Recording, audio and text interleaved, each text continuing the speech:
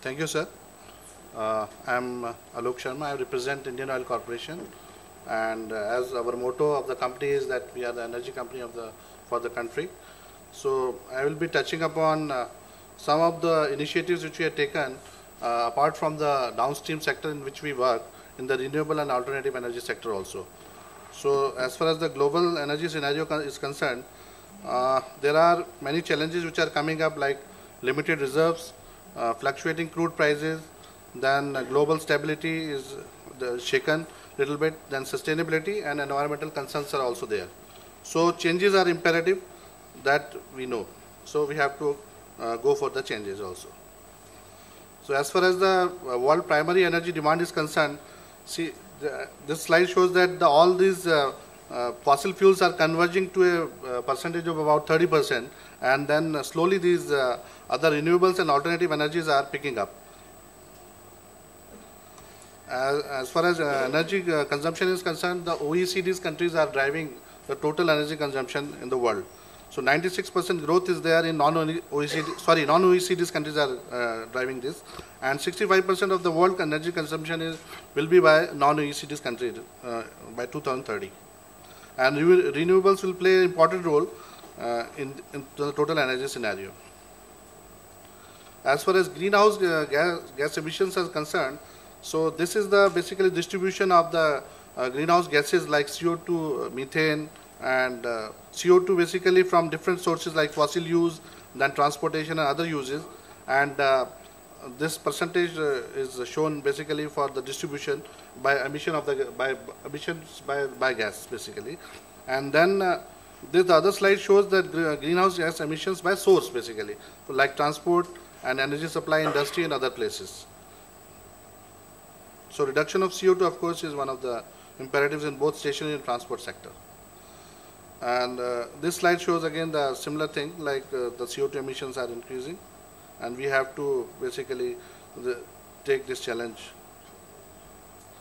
The sustainable development drivers are basically that we have to look for this, we must address all these three imperatives like energy security, then economic productivity and environmental impact, which also takes care of water use also and carbon emissions also. So innovation is required for basically meeting all these three challenges which were shown in the earlier slides. So environmental impact, energy efficiency, efficient use of resources and global perspective, and gradual shift to green economy basically for the renewables and alternative energy is the need of the day basically. As far as water is concerned, this slide shows about the water situation in 2000, in which you can see that water situation in India is still very bad, and as far as 2015 is concerned, we are again going to go basically less than 1,000 meter cube per year per capita basically. So we are still going worse in the water situation. So we have to look for some options to basically use water in an efficient way. So water for sustainability, the drivers are scarcity, of course, and then stringent environment regulations. And the targets are reduce water footprint, alternate sources of water for captive use, and increase efficiency and reclamation of and reuse of water. And basically, I can just point out here that water is so important for our refineries also, like one of the refineries, MRPL, was shut down because of water shortage. And we are also facing some problems of water in our other refineries also, like CPCL, Chennai Petroleum. So we have to look for the options for water, basically recycle and reuse. Some of the technological options on which we are also working and trying to work with some of the companies, like we are trying to join hands with BARC for desalination of water and use of membrane technology for water basic purification. So some of the other energy alternatives which are coming up are from fossil-based energy alternatives are like CNG, then gasification of coal, then gas to liquid, oil shale, tar sands, and hydrogen gas hydrates. And as far as non-fossil based are concerned, so again hydrogen from maybe renewable sources like solar, wind, and then nuclear and hydrokinetic energy also, on which we are also taking some initiatives. And solar, we are taking some initiatives. Biofuels, we are very strong in this. And second generation biofuels from cellulosic ethanol, like cellulosic ethanol, and then biodiesel from algae. So energy efficiency and renewable energy, some of the programs basically which are going on worldwide. So this slide just reflects that there are some programs going on energy efficiency use, renewable energy, and energy delivery and storage also.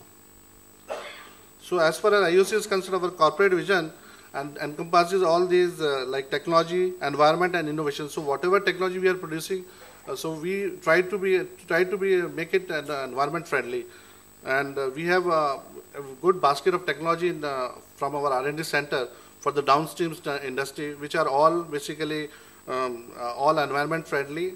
So one of the technologies which we have developed for reduction of sulfur is consumes 30% less hydrogen than the conventional technology. So we are in a way basically focusing our all the efforts towards environment friendly as well as energy efficiency also. And from this, our corporate vision, our R&D mission we have derived, like we are will be trying to be future ready with alternative energy and cleaner technologies, and then harness, demonstrate, deploy, and commercialize the technologies also, which we are doing, and innovation to innovate basically for the new products and process and people also. So this is our strategy for going to the alternative and renewable energy. So this basically slides to show you the areas in which we are going very strongly now. And we are trying to set up a dedicated center which we have named the Center for Alternative and Renewable Energy. So in this center we will be focusing on all these solar, biomass pyrolysis, then fuel cells, hydrogen, then co-processing of bioils, which is a novel process. I will just touch upon this, and gasification of coal, petcoke, and biomass. So we have already set up one pilot plant, and we will be going for a bigger commercial scale plants, demo plants in our center also. So biorefinery, of course, there is less of CO2 emissions. So this slide shows the why basically biorefinery, which is well known.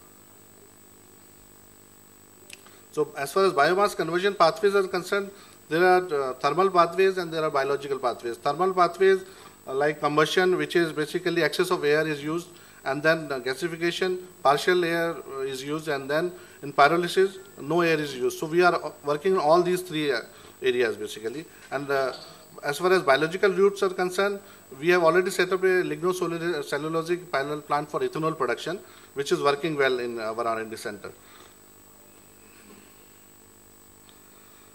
This process of co-processing of non-edible oils, actually we have developed this process recently, and we have commercialized this process in CPCL refinery.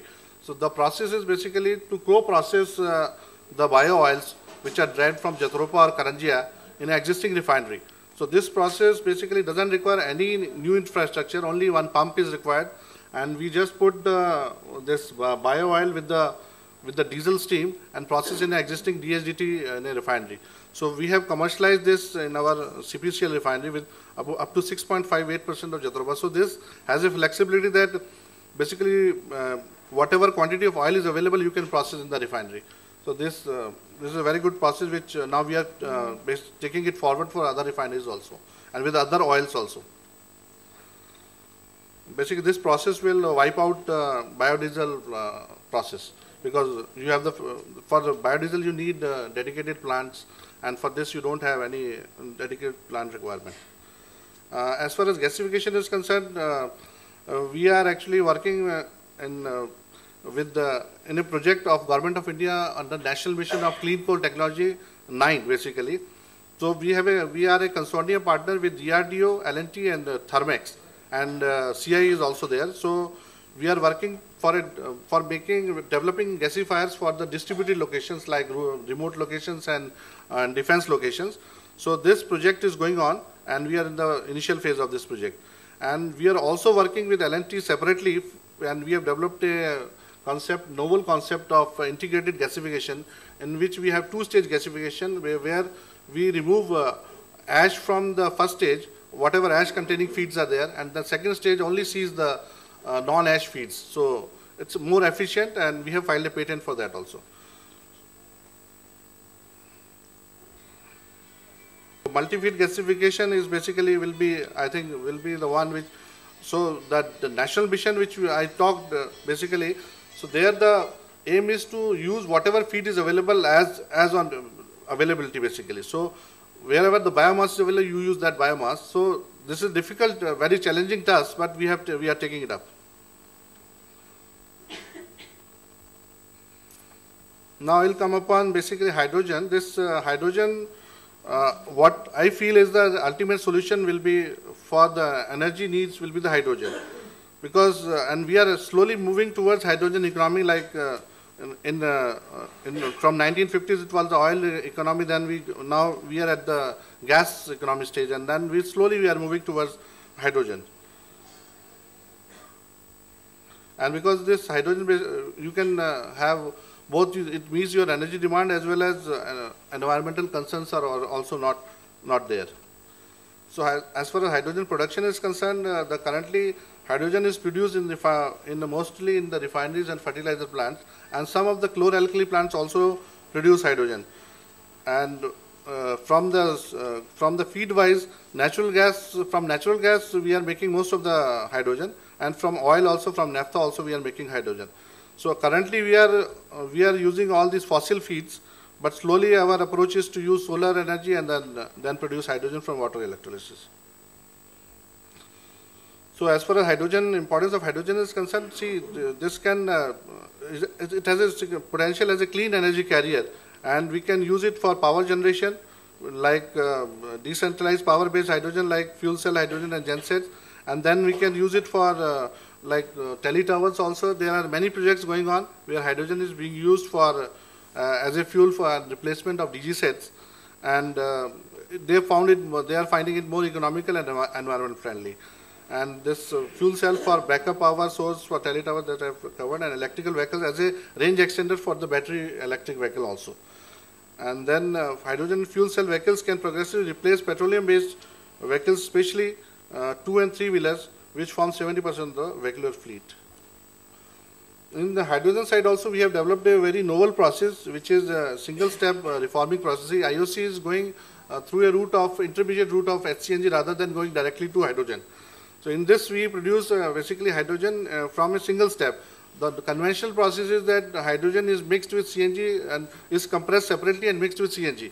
And there are 2 steps. And this step we are producing in single step, we are producing this HCNG, and then we are using up to 20% of hydrogen in CNG for our trial purposes.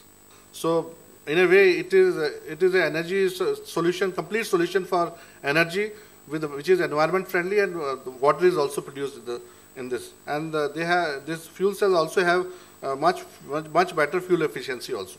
Like it's about 40 kilometers per kg of hydrogen. So it's about 3 times more than what gasoline vehicle gives.